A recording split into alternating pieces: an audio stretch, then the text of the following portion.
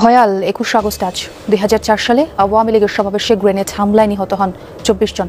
মামলায় বিএনপি ভারপ্রাপ্ত চেয়ারম্যান তারেক রহমান, সাবেক স্বরাষ্ট্রমন্ত্রী লুৎফুজ্জামান বাবর সহ ৪৯ জনের সাজা হয় আওয়ামী লীগ আমলে। হতে হবে, সোচ্চার হতে হবে এবং ইউনূসকে পদত্যাগ করতে হবে। একটা নিরপেক্ষ সরকার করে তার অধীনে নির্বাচন দিতে হবে। যদিও আমি এখনও প্রধানমন্ত্রী, তবুও আমি বলবো জনগণ নির্বাচন চায়, হ্যাঁ নির্বাচন দিতে হবে, একটা কেয়ারটেকার গভর্নমেন্ট আলাদাভাবে তৈরি করি, ইউনূসের অধীনে না। আওয়ামী লীগ নিয়ে কি বার্তা দিল দিল্লি? নতুন বার্তা তারা দিয়েছে এবং সেই বার্তায় কি বোঝা যাচ্ছে? আওয়ামী লীগ নিয়ে ভারতের অবস্থানটা কি এবার বোধহয় নতুন করে আবারও স্পষ্ট করতে চাইল তারা।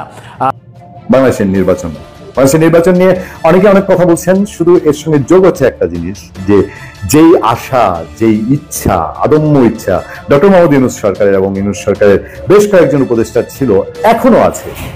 সেই উপদেষ্টাদের সেই মহান ইচ্ছা তাদের দিক থেকে যে দীর্ঘ সময় বাংলাদেশ শাসন করা, আরো ৫ বছর ডক্টর মোহাম্মদ ইউনূসকে বাংলাদেশে দেখতে চাই, প্রধানমন্ত্রী দেখতে চাই, প্রধান উপদেষ্টা দেখতে চাই। আসসালামু আলাইকুম রহমতুল্লাহ। সবাই কেমন আছেন? আশা করি সবাই অনেক অনেক ভালো এবং সুস্থ আছেন। সবাইকে স্বাগতম জানাচ্ছি আমাদের আরেক নতুন ভিডিওতে। প্রতিদিনের মতো আমি আপনাদের সিরাত ফারুকী আবারও চলে আসলাম নতুন একটা ভিডিও নিয়ে। দর্শক, আজকের ভিডিও টাইটেল এবং থাম্বনেল দেখে ইতিমধ্যে বুঝতে পেরেছেন আজকের ভিডিওটা কতটা গুরুত্বপূর্ণ হতে চলেছে। দেশে যে রাজনৈতিক চলমান পরিস্থিতি চলতেছে তার ধারাবাহিকতায় আমরা আজকের ভিডিওটা সাজিয়েছি। আপনারা ইতিমধ্যে ভিডিওর শুরুতে বেশ কিছু অংশ বিশেষ দেখে বুঝতে পেরেছেন আজকের ভিডিওটা মূলত কতটা গুরুত্বপূর্ণ হতে চলেছে। তো দর্শকের বিষয়টা নিয়ে আমরা বিস্তারিত তারপর বললাম, কারণ বিস্তারিত বলতে গেলে ভিডিওটা অনেক লম্বা হয়ে যাবে।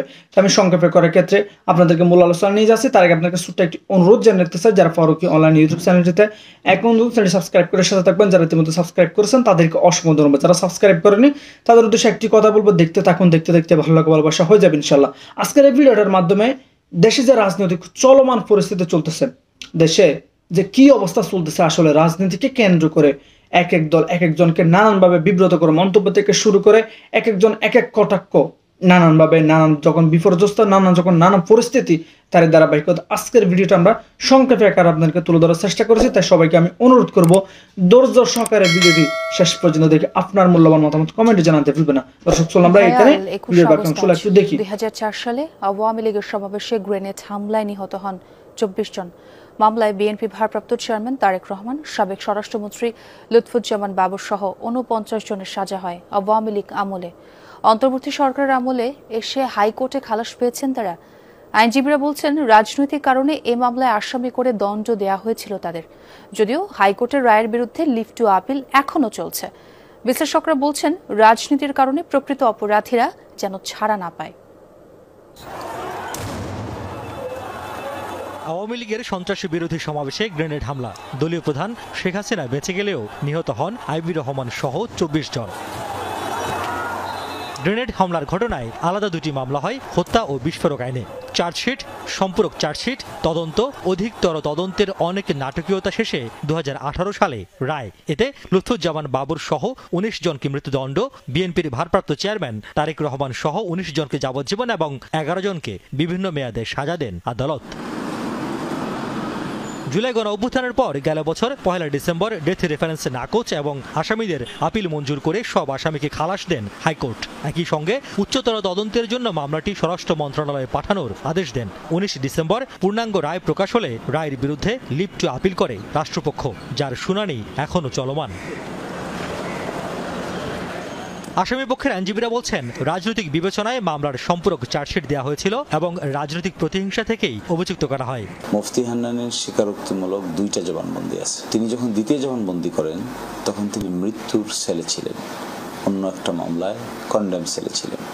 কন্ডেম সেল থেকে এনে তাকে এই জবানবন্দি করানো হয়। ফলে এটা একটা ফান্ডামেন্টাল প্রশ্ন দাঁড়িয়েছে যে মৃত্যুর সেলে থাকা অবস্থায় দ্বিতীয় স্বীকারোক্তিমূলক জবানবন্দির কোনো আইনগত ভিত্তি আছে কিনা, আমরা সেটাই তুলে ধরব।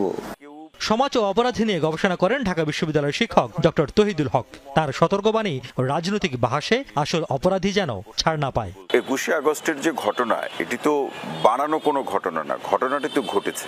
এই ঘটনার পেছনের রহস্য কি, কারা এর সাথে সত্যিকার অর্থে জড়িত এবং তাদের মূল উদ্দেশ্য, যারা ভুক্তভোগী হয়েছে তারা যা বলছেন, এর বাইরে আরও কোনো তাদের উদ্দেশ্য ছিল কিনা সেটাকে একটি নিরপেক্ষ এবং বস্তুনিষ্ঠ তদন্তের মাধ্যমে সেটিকে এই যে ঘটনার যে আলামতগুলোকে সংরক্ষণ করে সেটি তদন্ত করে দেখা।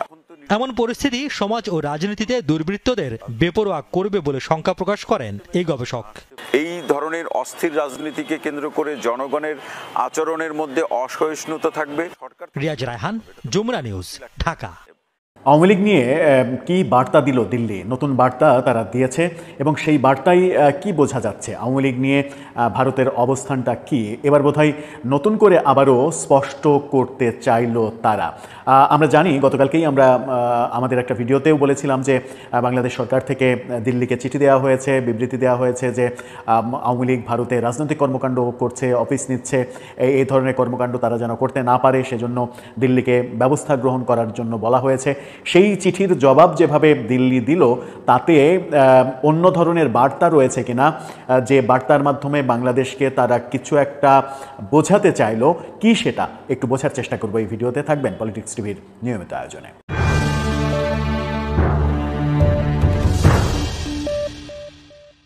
দর্শক, বলছিলাম আওয়ামী লীগ নিয়ে ভারত বার্তা দিয়েছে। আওয়ামী লীগের সভানেত্রী শেখ হাসিনা সহ আওয়ামী লীগের টপ পর্যায়ের বহু নেতা ভারতে রয়েছেন। 5 আগস্টের পট পরিবর্তনের প্রেক্ষাপটে তারা ভারতে পালিয়ে গেছেন, আমরা জানি। ভারতে তারা অবস্থান করছেন। এরই মাঝে নানা রকমের চটকদার খবরও আমরা শুনছি যে ভারতে থেকে নেতারা কি করছেন। কেউ হেয়ার ট্রান্সপ্ল্যান্ট করছেন, কেউ রান্নাবাড়ি করছেন, কেউ অনলাইনে মিটিং করছেন, কেউ এটা করছেন ওটা করছেন। এর মাঝে কক্সবাজারের এক এমপি, তাকে নিয়ে গণমাধ্যমে খবর হয়েছে তিনি নাকি একা একা রান্না করে খাচ্ছেন। আবার আরেক গণমাধ্যমে এরকম বলছে যে দেশে বউয়ের সঙ্গে ভিডিও কলে রান্নার ইনস্ট্রাকশন নিয়ে একা একা রান্না করছেন অনেক নেতা। এরকম মজার মজার খবর গণমাধ্যমে যখন আসছে তখন আওয়ামী লীগের মানে শেখ হাসিনা থেকে শুরু করে আওয়ামী লীগের নেতাদের ব্যাপারে ভারতের ভাবনাটা বোধহয় পুনরায় স্পষ্ট হয়ে গেল। গতকালকেই আমরা দেখেছিলাম যে ঢাকা দিল্লিকে একটা চিঠি দিয়েছিল, একটা বিবৃতির মাধ্যমে জানিয়েছিল যে ভারতে বাংলাদেশ বিরোধী কার্যক্রম চালাচ্ছে আওয়ামী লীগের নেতাকর্মীরা। তারা সেখানে অফিস নিয়ে বিভিন্ন কার্যক্রম চালাচ্ছে, বিভিন্ন জায়গায় মিটিং সিটিং করছে, যেগুলো বাংলাদেশ বিরোধী, বাংলাদেশের রাষ্ট্রবিরোধী কর্মকাণ্ড এভাবে সরকার বলার চেষ্টা করেছে। অবশ্য সরকার সেখানে এটাও বলেছে আওয়ামী লীগকে নিষিদ্ধ সংগঠন হিসেবে আখ্যা দিয়েছে। নিষিদ্ধ সংগঠন আওয়ামী লীগ এই ধরনের কর্মকাণ্ড করছে এটা বলেছে। যদিও আওয়ামী লীগ নিষিদ্ধ সংগঠন নয়, আওয়ামী লীগের কার্যক্রমের উপরে নিষেধাজ্ঞা দেওয়া হয়েছে। আওয়ামী লীগকে দল হিসেবে নিষিদ্ধ করা হয়নি, সরকার করেনি। তবুও পররাষ্ট্র মন্ত্রণালয়ের সেই চিঠিতে নিষিদ্ধ শব্দটা উল্লেখ ছিল বলে আমরা দেখেছি। এখন ভারতের জবাবটা কি আসলো, ভারতের জবাবটা সেটা নিয়ে গণমাধ্যমে আবার নতুন করে খবর হয়েছে। সেই খবরের শিরোনামটাও আপনারা দেখে নিতে পারেন।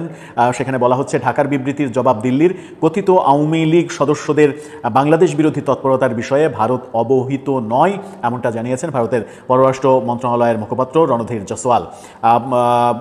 তিনি যেটা বলেছেন যে অন্তর্বর্তীকালীন সরকারের বিবৃতিকে অযৌক্তিক আখ্যা দিয়েছেন এবং এটা ভুল একটা মেসেজ তারা দিয়েছে, এটা অযৌক্তিক, এই ধরনের বিবৃতির কোনো ভিত্তি নেই এমনটা বলেছেন। অর্থাৎ ভারত পুরোপুরি অস্বীকার করেছে যে ভারতের মাটিতে কেউ কোনো ধরনের রাজনৈতিক কর্মকাণ্ডের মাধ্যমে বাংলাদেশ বিরোধী চক্রান্ত করছে, এই তথ্যটা ঠিক নয়, এটা ভুল ব্যাখ্যা করা হয়েছে। বাংলাদেশের বিবৃতির বিষয়ে সাংবাদিকদের জবাবে পাল্টা বিবৃতিতে ভারতীয় মুখপাত্র বলেছেন, দেশের ভেতরে কথিত আওয়ামী লীগ সদস্যদের কোনো ধরনের বাংলাদেশ বিরোধী কর্মকাণ্ড কিংবা ভারতীয় আইন পরিপন্থী কোনো কার্যকলাপের বিষয়ে ভারত সরকার অবগত নয়। আরও বলা হয়েছে, ভারত সরকার তার মাটিকে ব্যবহার করে অন্য কোনো দেশের বিরুদ্ধে রাজনৈতিক কর্মকাণ্ড পরিচালনা করতে দেয় না, অতএব বাংলাদেশের অন্তর্বর্তীকালীন সরকারের দেয়া বিবৃতি একেবারে অযৌক্তিক। বাংলাদেশের জনগণের ইচ্ছা ও ম্যান্ডেট নির্ধারণে অবিলম্বে অবাধ, সুষ্ঠু ও অন্তর্ভুক্তিমূলক নির্বাচন অনুষ্ঠিত হবে বলে ভারতের আশা পুনর্ব্যক্ত করেছেন তিনি। অর্থাৎ আবারও অন্তর্ভুক্তিমূলক নির্বাচনের কথা বলেছেন, সেই মেসেজটা দেওয়ার চেষ্টা করেছেন। অন্তর্ভুক্তিমূলক নির্বাচন মানেই হচ্ছে আওয়ামী লীগকে নির্বাচনে অংশগ্রহণ করতে দিতে হবে। তার মানে ভারতের স্ট্যান্ডের এতটুকু পরিবর্তন হয়নি। আমরা দেখেছি মাঝখানে আমেরিকার সঙ্গে ভারতের সম্পর্কের অবনতি হচ্ছিল, সেই অবনতির প্রেক্ষাপটে সম্পর্কটা আবার ঝালাই হচ্ছে, এমনটা আমরা ভারতীয় বিভিন্ন গণমাধ্যমের সূত্রে জানতে পারছি। এবং ভারতীয় গণমাধ্যম যেটা বলার চেষ্টা করছে সেটা হচ্ছে যে আমেরিকার শুল্ক হুমকির পাল্টা হুমকি যখন ভারত দিয়েছে, যে ভারতের যে সকল পণ্য আমেরিকাতে মানে অবশ্যম্ভাবী, খুবই প্রয়োজন, ঔষধ সহ বিভিন্ন পণ্য, সেগুলো যদি ভারত বন্ধ করে দেয় তাহলে আমেরিকা বিপদে পড়ে যাবে। আমেরিকার বাজার বাদ দিয়ে অন্য জায়গায় ভারত যে মানে $70 বিলিয়ন যে ব্যবসা, সেই ব্যবসা অন্য জায়গায় করতে পারবে, এরকম দৃঢ় অবস্থানের কারণে ডোনাল্ড ট্রাম্পের অবস্থানে একটু পরিবর্তন হয়েছে বলেই আভাস পাওয়া যাচ্ছে। ভারতীয় গণমাধ্যম বলছে যে আমেরিকা ভারতের সঙ্গে আবার সম্পর্ক আগের মতো পুনঃস্থাপনের প্রসঙ্গ এনেছে। আবার কেউ আগ বাড়িয়ে কোনো গণমাধ্যম, কোনো ভারতীয় সাংবাদিক এটাও বলার চেষ্টা করছেন যে দক্ষিণ এশিয়ার যে সমস্যা, সেই সমস্যা সমাধানে ভারতকেই দায়িত্ব দিয়েছে ডোনাল্ড ট্রাম্প। আবার নতুন করে দক্ষিণ এশিয়ার সমস্যা বলতে ভারতের মাথা ব্যথার কারণ তো যেমন পাকিস্তান একটা মাথা ব্যথার কারণ, তেমনি বাংলাদেশও একটা মাথা ব্যথার কারণ। যেহেতু বাংলাদেশের একটা রাজনৈতিক দলের শীর্ষ নেতাদের তারা আশ্রয় দিয়েছে, তারা কোনো ধরনের বৈধ কাগজপত্র না থাকা সত্ত্বেও ভারতে অবস্থান করছে, ভারতীয় সরকার তাদের কিছু বলছে না। আবার এই যে রণধীর জয়সওয়ালের যে বিবৃতি, এই বিবৃতিতে কিন্তু আবার স্পষ্ট হয়ে গেল যে আওয়ামী লীগ নেতাদের পক্ষেই ভারত অবস্থান নিচ্ছে। বাংলাদেশের যে বিবৃতি, বাংলাদেশের যে চিঠি, সেই চিঠিকে তারা তোয়াক্কা করলো না, তোয়াক্কা না করে উড়িয়ে দিল এবং বাংলাদেশের বিবৃতিকে ভুল এবং অসঙ্গতিপূর্ণ এমনটা দাবি করলো। অন্তর্ভুক্তিমূলক নির্বাচনের মাধ্যমে কি তারা আবার আরেকটা জোরালো মেসেজ দেওয়ার চেষ্টা করলো যে আওয়ামী লীগকে নির্বাচনে অংশগ্রহণ করতে দিতে হবে? সেটা যদি না হয় তাহলে চাপটা প্রফেসর ইউনূস সরকারের উপরে নতুন করে চাপের ব্যাপারে ভারত আবার বিশ্বব্যাপী দুতিয়ালি শুরু করবে, সেই পর্যায়ের দিকেই যাচ্ছে কি? ভারতীয় গণমাধ্যম সবসময় যে সঠিক খবর দেয় সেটা বলা যাবে না। বহু অযথা খবর তাদের কাছ থেকে পাওয়া যায়, বহু ভুল খবর, অতিরিক্ত খবর, গুজব ছড়ানোর ক্ষেত্রে ভারতীয় বিভিন্ন গণমাধ্যমকে বিভিন্ন সময় দায়ী করতে দেখেছি আমরাও দেখেছি যে অনেক গুজব ছড়িয়েছে তারা। কিন্তু সাম্প্রতিক সময়ে বাংলাদেশকে নিয়ে গুজব ছড়ানোর মাত্রাটা অনেক কমেছে। বাংলাদেশ আওয়ামী লীগ, শেখ হাসিনা, এই ব্যাপারে কোনো গণমাধ্যমের অবস্থানও একটু করে পরিবর্তন হতে শুরু করেছে, এমনটাও আমরা দেখছি। ঠিক সেই সময় ভারত সরকারের অবস্থান নতুন কোনো ইঙ্গিত দিচ্ছে কিনা সেটা একটা গুরুত্বপূর্ণ বিষয়। ভারতীয় বিভিন্ন গণমাধ্যম এবং সাংবাদিকরা বলার চেষ্টা করছেন যে শেখ হাসিনাকে প্রত্যাবর্তনের ব্যাপারে এবং শেখ হাসিনা যেন বাংলাদেশে ফিরে রাজনীতি করতে পারেন, নির্বাচনে অংশগ্রহণ করতে পারেন, সেই ব্যাপারে ভারত অনেকখানি এগিয়েছে, অনেক প্রসেসিংয়ের ব্যাপারটা তারা অনেক দূর এগিয়ে নিয়েছে, এরকম তথ্য তারা বলার চেষ্টা করছে। যদিও এরকম তথ্যের পক্ষে কোনো ধরনের যুক্তি প্রমাণ এখন পর্যন্ত আমরা পাইনি। শেষ পর্যন্ত কি হতে চলেছে সময়ই বলে দেবে। দর্শক, আপনার কি মনে হয় শেষ পর্যন্ত ভারতের অবস্থান, যে অনড় অবস্থান দেখছি তারা আওয়ামী লীগের পক্ষে অবস্থান নিচ্ছে, এই অবস্থানের প্রেক্ষিতে তারা কি বার্তা দিতে চায়? দর্শক সালাম এবং শুভেচ্ছা হলো আপনাদের সাথে আমি আতিক রহমান পূর্ণিয়া। বাংলাদেশের নির্বাচন নিয়ে অনেকে অনেক কথা বলছেন, শুধু এর সঙ্গে যোগ হচ্ছে একটা জিনিস, যে যেই আশা, যেই ইচ্ছা, আদম্য ইচ্ছা ডক্টর মোহাম্মদ ইউনূস সরকারের এবং ইউনূস সরকারের বেশ কয়েকজন উপদেষ্টার ছিল, এখনো আছে। সেই উপদেষ্টাদের সেই মহান ইচ্ছা তাদের দিক থেকে যে দীর্ঘ সময় বাংলাদেশ শাসন করা, আরো 5 বছর ডক্টর মোহাম্মদ ইউনূসকে বাংলাদেশে দেখতে চাই, প্রধানমন্ত্রী দেখতে চাই, প্রধান উপদেষ্টা দেখতে চাই, এই জায়গা যে শেষ হতে যাচ্ছে, এইটা মোটামুটি সব শ্রেণী পেশার মানুষ তারা সুনিশ্চিত হয়ে গেছে যে ডক্টর ইউনূসের শাসনামল আর দীর্ঘায়িত হওয়ার সুযোগ নেই। কেন সুযোগ নেই? এই সরকারের রাজনীতি করার কোন রকম ইচ্ছাটা আছে প্রচন্ড, এই সরকারের অনেকের মধ্যে ইচ্ছা আছে রাজনীতি করার, প্রচন্ড ইচ্ছা আছে ক্ষমতা আঁকড়ে থাকার, কিন্তু দেশটাকে, একটা রাষ্ট্রকে চালানোর সেই যোগ্যতা তাদের নেই, টোটালি নেই। এটা শুরু থেকে মানুষ বলে আসছে এবং 3 মাস যাওয়ার পরে কথাবার্তা শুরু হয়েছে এনজিও মার্কা দেশ চলতে পারে না, এনজিও মার্কা সরকার চলতে পারে না।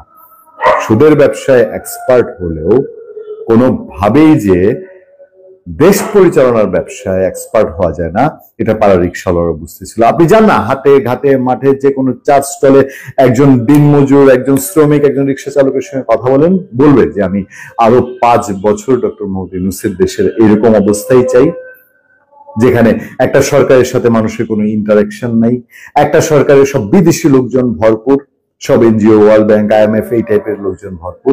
এরকম একটা সিচুয়েশনে এই সরকার যে ইলেকশন দিচ্ছে, মোটেও হাসি মুখে দিচ্ছে হয়তো, কিন্তু অন্তরে যে কত জ্বালা সেটা অনেকে আস্তে আস্তে বুঝে যাচ্ছেন। নির্বাচন হওয়ার পথে দেশ। আমরা আমাদের এখানে আলোচকরা, আবারও রেফারেন্স দিয়ে আলোচকরা অনেকেই বলছেন যে নির্বাচন নিয়ে অনিশ্চয়তার কথা বলেন। আমরা বলি যে নির্বাচন ছাড়া ডক্টর ইউনূসের আর কোনো উপায় নেই, কারণ তিনি চালাবেন কেমনে? তিনি যদি এখন কারো হাতে পায়েও ধরেন যে ভাই আমার সব মিলে আরো সহযোগিতা করে, তারপরে তিনি দেশ চালাতে পারছেন না। সহযোগিতা করেছে বিএনপি, জামাত ইসলামী, এনসিপি, দেশে থাকা সব রাজনৈতিক দল সহযোগিতা করেছে, সমর্থন দিয়েছে, মানুষও শুরুর দিকে চেয়েছে আসছেন উনি দেশটা শাসন করুক, কিন্তু তার ভেতরে গলদ এবং তার উপদেষ্টাদের মধ্যে গলদ এবং শেষতকে সে রাষ্ট্রের যতগুলো গুরুত্বপূর্ণ জায়গা আছে সেটা যা যা আপনি মনে করেন সেই গুরুত্বপূর্ণ জায়গাগুলোতে যখন অসন্তুষ্টি এইভাবে এখন বলে কি জানেন, তারা বলে আমাদেরকে সহযোগিতা করছে না, প্রশাসনের সব আওয়ামী লীগের লোক, ওখানে সব আওয়ামী লীগের লোক, এইসব নানা কিসিমের কথা বলে। আদতে সে বাধ্য হচ্ছে। আমরা যেদিন নির্বাচন ঘোষণা করলেন সেদিন আমরা বলেছি এটাই তার এক্সিটের একমাত্র পথ। এর আগে আমরা বলতাম যে যদি ভাই সম্মান নিয়ে যেতে চান, মান সম্মানটা রাইখা যদি কোনোভাবে যেতে চান, তাহলে আপনার নির্বাচন কোনো উপায় নেই। এখন তারা আওয়ামী লীগের জন্য ভয় পায়, আওয়ামী লীগ নির্বাচন এইটা করবে সেটা করবে। আসলে ব্যাপারটা সেই জায়গায় না, ব্যাপারটা হচ্ছে নির্বাচন তোলার হিম্মত তাদের কতটুকু আছে, নির্বাচন তোলার কারিশমা তারা কতটুকু দেখাবেন, কতটুকু সেটুকু দেখানোর যোগ্যতা তাদের আছে, এই জায়গাটা অনেকে কিন্তু নির্বাচন দিয়ে এবার দিতে বাধ্য হয়েছে। এইটা তারা বুঝেছেন, তাদের মনের ভেতরে খায়, তাদের মনের ভেতরে ইচ্ছা আছে যে আরো কিছুদিন যদি থাকিতে পারিতাম, এবং এটা 2, 4, 5 বছর না হোক, আরো একটা বছর যদি থাকা যেত। এই যে সংস্কার যেগুলো করে যাচ্ছে, এই জুলাই ঘোষণা টোষণা, এগুলো সবকিছুই তাদের এখন একটা হতাশা মাথায় বোঝা তৈরি হয়েছে যে ভাই এগুলো নামায় দিয়ে এগুলো দিয়ে তো আর হবে না, দেশ চালানো যাবে না, আর একটা বছর চালাতে যাক না। এই গভর্নমেন্ট যদি আর একটা বছর দেশ চালাতে চায়, কি বলে মানুষজন? তো আমাদের কথা না, সব উপরের শ্রেণীর লোকজন বলছে, দেশের খ্যাতিমান বুদ্ধিজীবীরা তারা বলছে যে মান সম্মান কিন্তু থাকবে না রে ভাই, মানে যাইতে চাইলে নির্বাচনটা দেন। সেই কারণেই নির্বাচন ঘোষণা হয়েছে। অনেকে যেটা মনে করেন যে ডক্টর ইউনূস সরকার নির্বাচন ঘোষণা করেছে, হয়তো সুনির্দিষ্টভাবে নির্বাচনের দিকে যাবে না, এটা ঠিক না। তার কোনো পথ নাই, তার পেছনে তাকানোর আর কোনো পথ নাই। থাকলে খুব ইচ্ছা ছিল, এখনো হয়তো আছে, কিন্তু এভাবে আসলে একটা দেশ চলে না। সেইটা ডক্টর ইউনূস সাহেবের ইতিহাসে লিখিয়ে রেখে গেলেন। ভালো থাকবেন, সুস্থ থাকবেন। আপনাদের সাথে আমি আতিক রহমান, পূর্ণিয়া। হতে হবে, সোচ্চার হতে হবে এবং ইউনূসকে পদত্যাগ করতে হবে। একটা নিরপেক্ষ সরকার করে তার অধীনে নির্বাচন দিতে হবে। যদিও আমি এখনো প্রধানমন্ত্রী, তবুও আমি বলবো জনগণ নির্বাচন চায়, হ্যাঁ নির্বাচন দিতে হবে। একটা কেয়ারটেকার গভর্নমেন্ট আলাদাভাবে তৈরি করি, ইউনূসের অধীনে না। ওই ক্ষমতা দখলকারী, ক্ষমতা চুরি করা এই লোকের কাছে না, ডাকাতি করেছে এই ডাকাতের কাছে না। তো সবাই ভালো থাকেন, সুস্থ থাকেন। যে দর্শকের বিষয়টা নিয়ে আপনার মূল্যবান মতামত অবশ্যই কমেন্ট করে জানাতে পারেন। ইতিমধ্যে আপনারা সবাই বেশ কয়েকটা প্রতিবেদন দেখেছেন এবং বেশ কয়েকজন ব্যক্তিদের মন্তব্য শুনেছেন যে দেশে যে চলমান পরিস্থিতি চলতেছে সে সম্পর্কে। এই বিষয় নিয়ে আপনার মূল্যবান মতামত অবশ্যই কমেন্ট করে জানাবেন। ধন্যবাদ সবাইকে এতক্ষণ সাথে থাকার জন্য। দেখাবো না কোন ভিডিওতে। ভালো থাকবেন, সুস্থ থাকবেন। ততক্ষণ যদি আমাদের চ্যানেলের সাথে থাকুন। আল্লাহ হাফেজ।